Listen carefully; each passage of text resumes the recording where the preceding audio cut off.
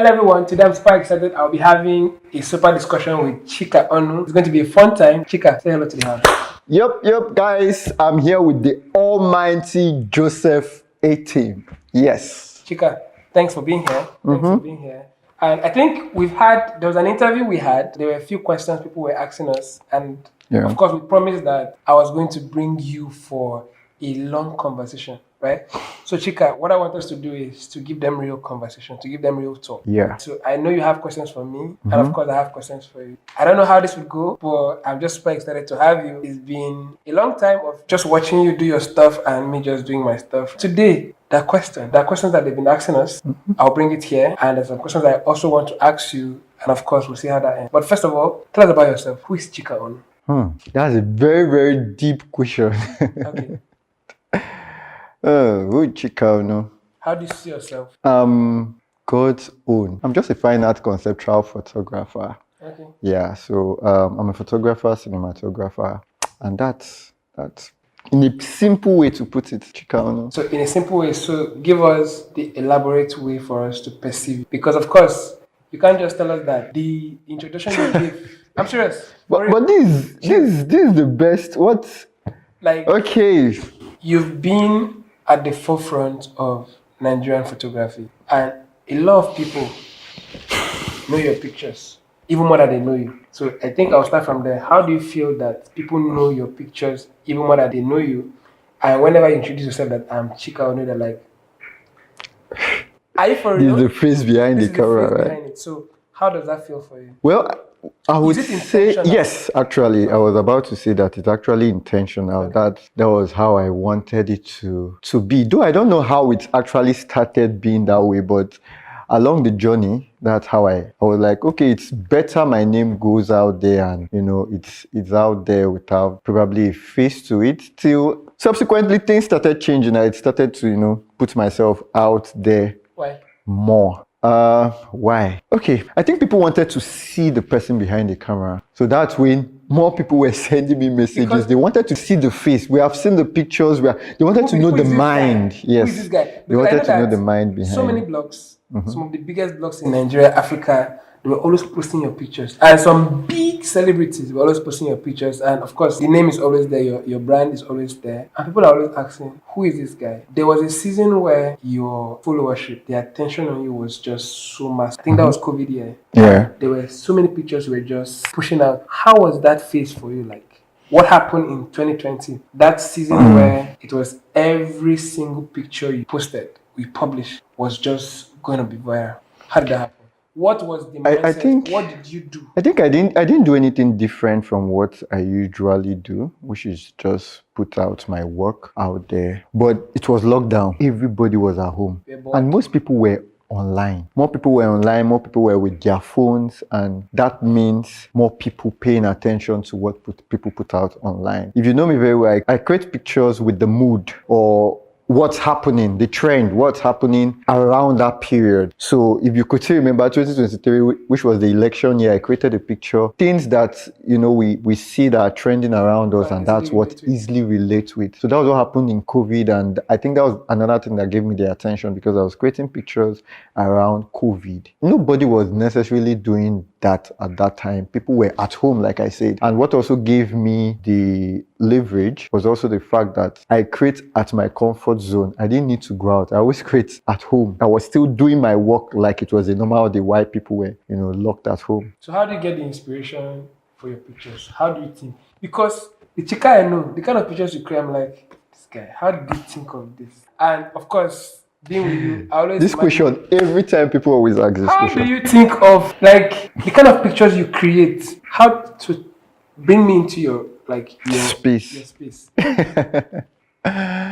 Okay, how do I think? First, I'll say God, because most of the pictures I've actually put out there were certain inspiration I got in my quiet time. And you see the picture or in church. Yes, actually, it happens. It actually happens.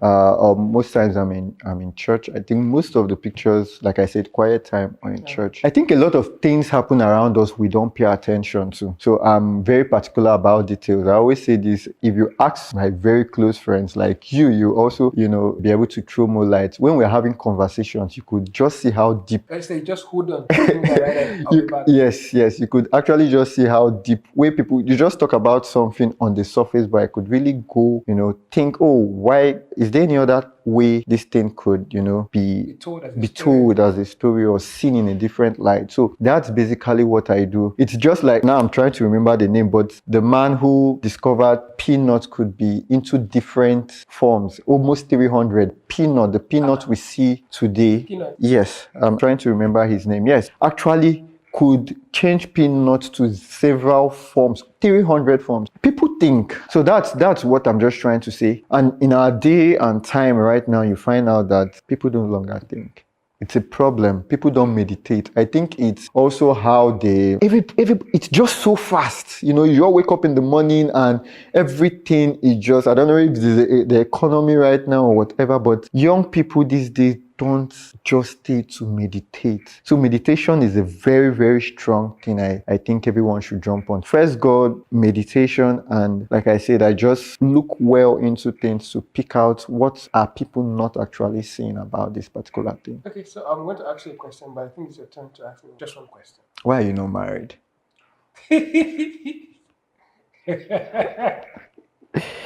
So the almighty Joseph here. YouTube. The almighty Joseph. Joseph, please introduce yourself. No. First of all, hold that point. Hold that point. We'll come back to that question.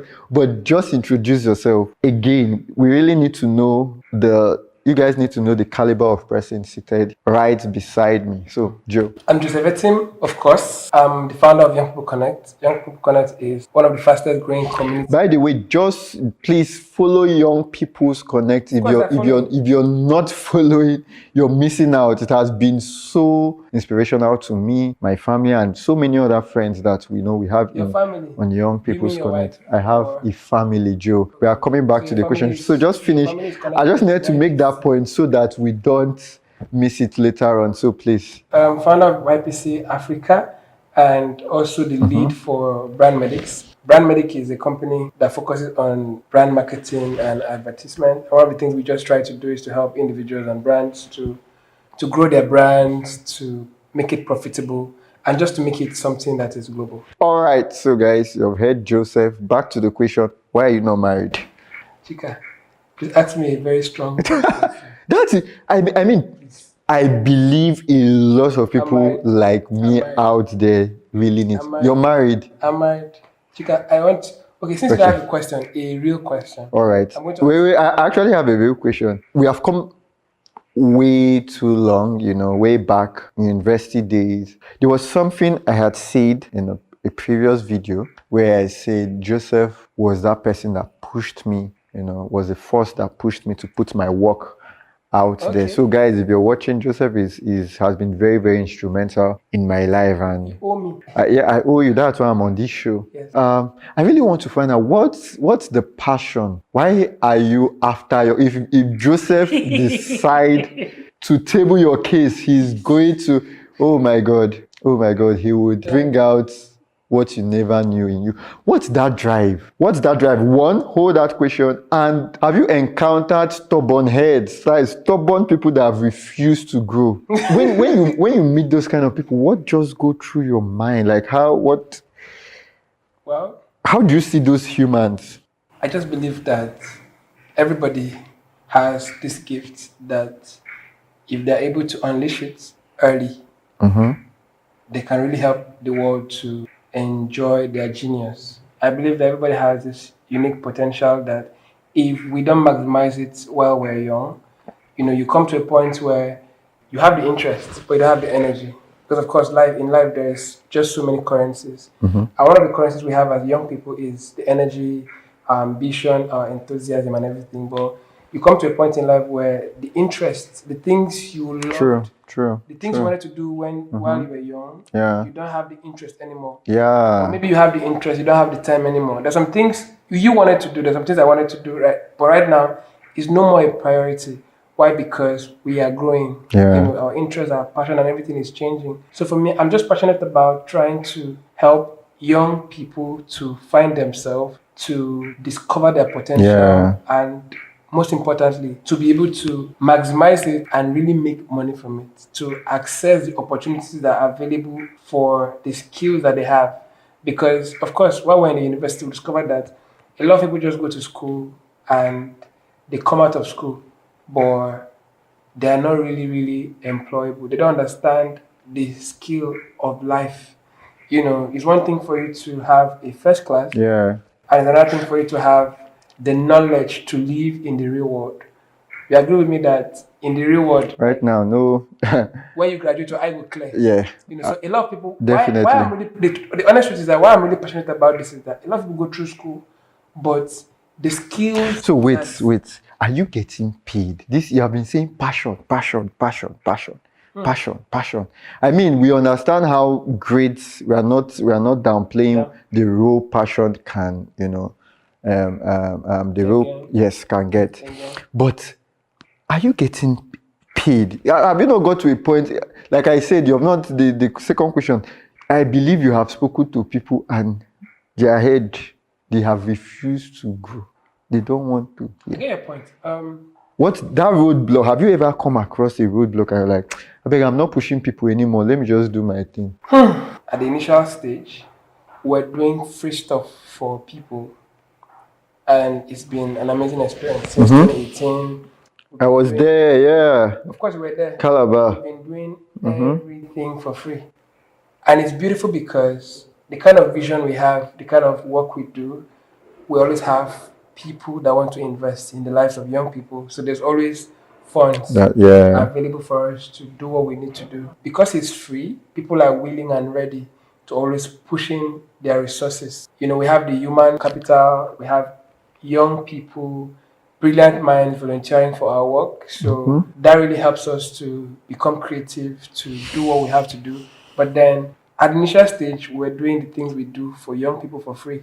And of course, through the funds we receive, there are some certain trainings that are classified that we put together, we curate. For those level of training, there's always access fee. Because we know that everybody would want to, but they don't understand the quality of value that we're offering. So they may not want to pay the price to attend a different kind of event, different kind of programs for people. So there are free events, of course, there are free resources, but there are those other ones that are classified for those that really understand the value and are willing to pay the price. So that's how it works for us. There is this other question I want to ask. I think it's a challenge to most people, since you're always saying, put yourself out there. You're that voice, in Nigeria for young people. I've had a lot of persons also say this to me, and they don't know when to switch. What you have been doing before, you have been getting attention from it and everything. And I believe a lot of persons might have these questions. Yeah. Before you were getting attention, you were the talk of the town. And at some point, all that just dies down. The noise just go down and everything. And you feel it's a time for you to switch to something. To reinvent, to reposition, or even sometimes it might even be you dumping what you've been doing before to start up a new, fresh thing. So at what point will this person discover that? One, like I said, I know the noise is one of the things that might be pointing you to that direction. But for sure, how will you know that you're actually to move to the next? I don't know if you're getting my question. Yeah. It's one thing for you to be out there and later, you were doing well. Nobody was saying you were not doing well, and everything died down. So the question here is it a thing of reinventing yourself or changing, or probably at that point, there's what we call season. Maybe this time around, it might not be your thing, and then later on, you bounce back and all that. So what should just be that thing that somebody sees and be like, I think I have to either switch to something. Like me, I started with painting, I went to graphic design, I became a videographer before I even went into photography, and now I do the both. So I think sometimes we may try to make this concept sound very complicated. For me as a human being, I just believe that at any point in your life, when you desire more, go for more. Want more, just go for more. Yeah. When you want to reinvent, when you want to transition, there's always this question of what next? Yeah. What do you want? And it's beautiful because for everything you want, there's a price to pay. And that's why people have to transition. So now people just have desires, it's like appetite. You want this food, but can you afford it? Whatever you want, there is a price you have to pay. If you want to build, if you want to scale up, you want to rebuild, whatever you want to do, there is a price to pay, and sometimes it's money, sometimes it's skill, but then the skill requires time. So the question is now is, what skill do I need to learn that will unlock this level of That, opportunity for me? yes, Right. yes, So because you yes, can just have the yes. desire, you could just have the And the funny desire. thing is that you must reinvent yourself Yes, at every point in at your life, every point. because the world is changing. Changing. You And must I tell people you that must too. reinvent yourself. So for every season in your life that you want more, in fact, it doesn't have to be a season. You could just sit down now and say, okay, I want more, and that's it. Go for more. But the question is, what will it cost you for more? Sometimes it can be a skill, it can be a mentor. Sometimes there is somebody you need in your life that will tell you and show you who That you need to sees, be. yeah, that Because you may have, sees further. you may know what you want to do, but you don't know how. And your friend, a mentor, somebody can just come into your Most space. times you don't even know what you carry. You don't even know what you You want. don't even know what you carry. It's someone else that is seeing the potential. And you're just, it has happened to me several times. You're just looking at yourself in one very small space. And somebody is looking at you from afar and see that you. And that's why they always say it's good to have a mentor. I believe that the point where everybody or human being should want to transition, switch, reinvent is that point in their life where that question comes, you can do more. And at every point, we should always believe that we can do more. Yeah. Growth comes with inspiration, with opportunities. We should always understand that at every point in our life, there is more. And it's not just something that somebody needs to point it out to you. Of course, we always have that conversation. I think I was talking to you. There are times that you have a conversation with somebody and you know that you have to switch. You know that this phase of your life, you're done with Yeah. it. You have to do more. And it's how you are having a conversation with somebody. That sometimes I'm talking to a senior friend or my mentor or a friend, I know that conversation you think you are making sense. And the person will just tell you, Joseph, I don't expect this from you. You can do more. Like at this point in your life, you should be thinking of. Yeah. So there are different frequencies in life. So at some point in our life, you know how you're tuning the radio set? You have to know that, okay, you've been on level 1, can should be at know 2, you can go to there is more. So at any point, and it should be a desire. And I also feel people should, anybody doing what you do, right? There are people doing what you do. Yeah. That's why we have the social media space. The game has to be global. Yeah. Like who is doing it at the highest level, at the highest frequency? How can you learn to repeat what they're doing? You know how you look at the sky and you see the birds and everything? You want to reach the sky. Even though you can't reach the sky, there's a level you will reach. So I always believe that just take the jump.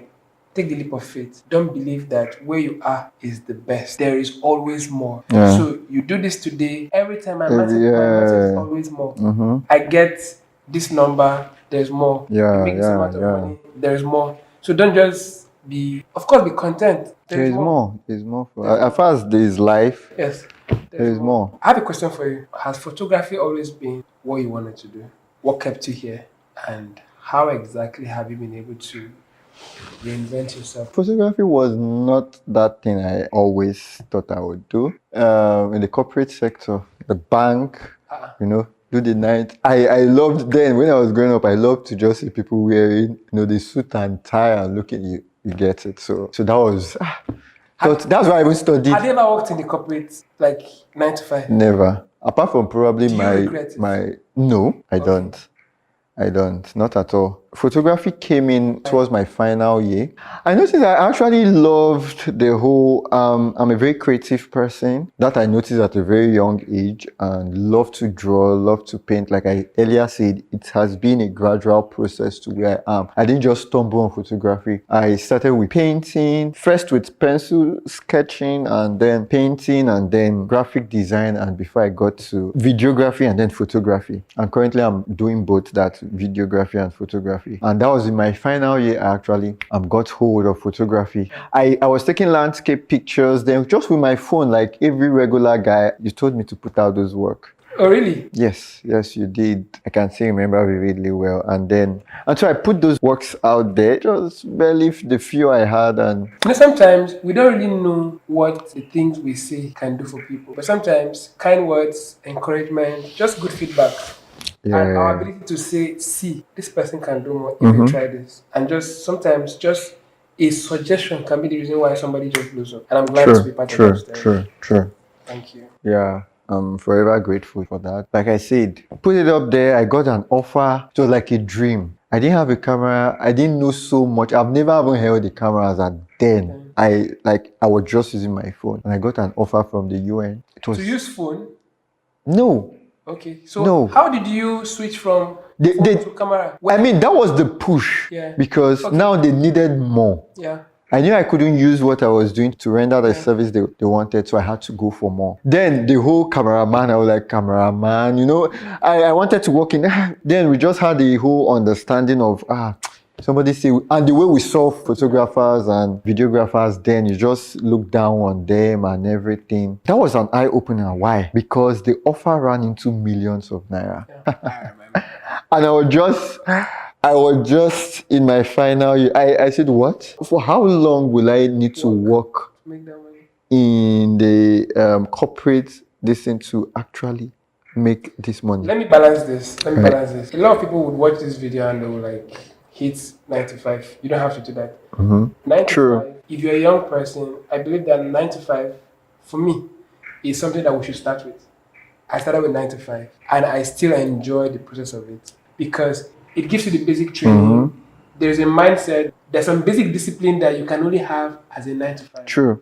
So you don't watch this video and come and say, Chika and Joseph, don't. Yeah. You have to be balanced. There's some people that are watching this video right now. You know that what you need, and even though you don't know, what you need right now is a 9 to 5. Some people, the kind of skills that they need to start life can only be gotten from a 9 to 5. If there's a company you want to build, an organization you want to front, it means that you have to be somewhere to intern, to volunteer, to learn, and that requires you to be in an environment that requires you to go to work 9 to 5. So 9 to 5 is beautiful and it's something that everybody should be interested in. That Chika is saying that doesn't have to be. Yes.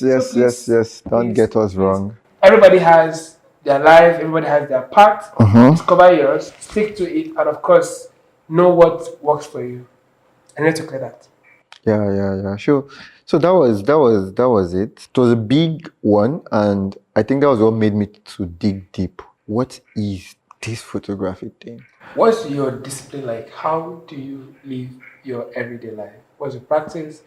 When I mean practice, I know you're very hardworking. Chika, you're very hardworking. People just think like this. Of course, the kind of work you put out, people should be able to know the level of work you put into it. You're always trying to learn something. You're always trying to master something. You're always trying to put in the work. So what's the discipline of your practice like? What's your daily habit? What's the program of your day like? It's a tedious one. My schedule life, it can be really hectic when you want to be, right? And though I have non-negotiables, my quiet time. If eventually I miss it, my whole day is messed up. I talked about meditation, very, very important. It's like the forefront to me. So I kind of combine it. It's a lot of things drop at that moment. How my day should be, what should put in place. If I have a picture to create, and a lot of things I think it just plants my day for me, starting from that point. Random question. What about your love life? What does it feel? How does it feel? My God. How does it feel to be married? And how has being married contributed to your creative process? How is this new phase for you? Oh my God. So whatever I say now would push me to get married. Maybe. Funny enough, guys, Joseph was the one that introduced me to my wife. Yes. And I'm Mr. Connect. You connect both people to skills and to their life partners. Of course. So if you need a life partner, meet Joseph. You don't have to meet me. Till he connects himself. He's still lacking in that. So you say this will push you. It will push you. So marriage actually is one of the best decisions I've made. One of the best. After my salvation, yes, I'll say marriage. And I married the most amazing woman. Just watch me. Before the next episode, I married the most amazing woman in this world. Of course. Things about me, she just compliments and completes you. And completes me. Oh. A perfect square. A perfect fit. You understand? Yeah. Funny enough, there's something most people don't know. My wife is a photographer. Wow. Yeah, she's also a photographer, and she's actually doing amazing on her own side. And when we got together, I noticed her thought process, To her, Does the she just blend? feels, yeah, she's that icing on the cake. Ouch. So I could cook everything, and most times I cook everything, I bring it to her. To me, it looks so perfect, and she, yes, it's good.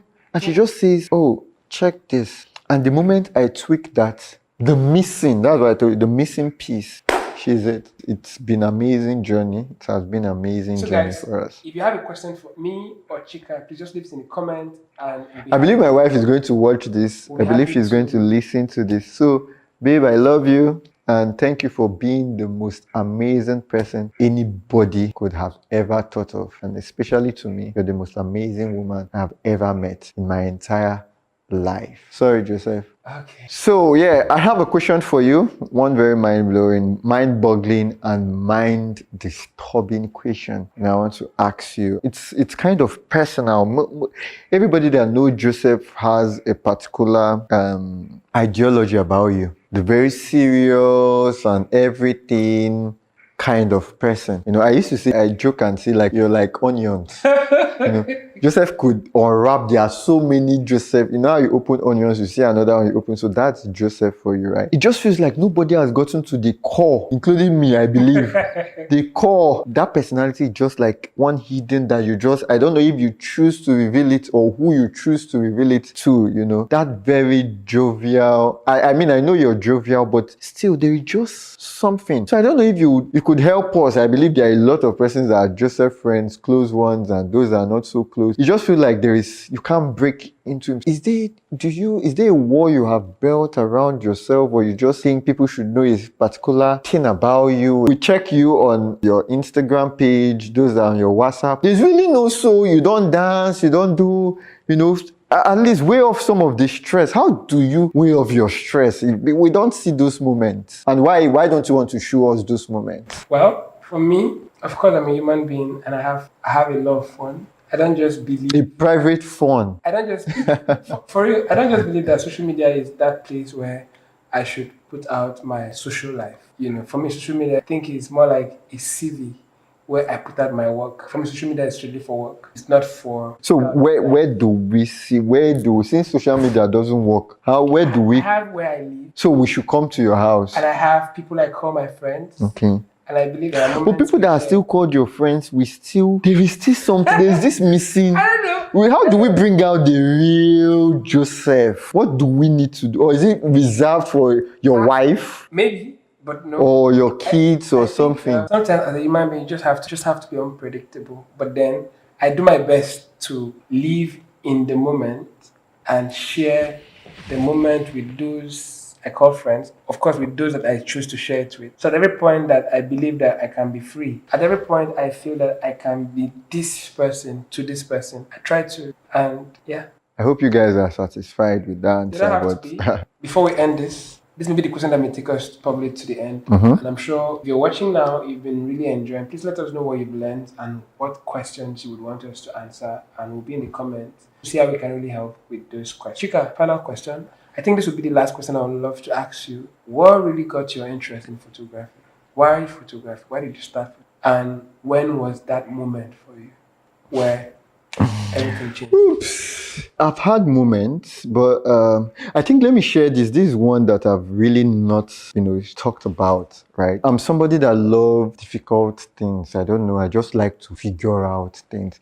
But let me share this, right? My sister then, she was into the movies, right? And then I didn't know anything about videography. So she had people, I think she was doing, was it an advert or something? So she hired guys videographers and everything for that particular set.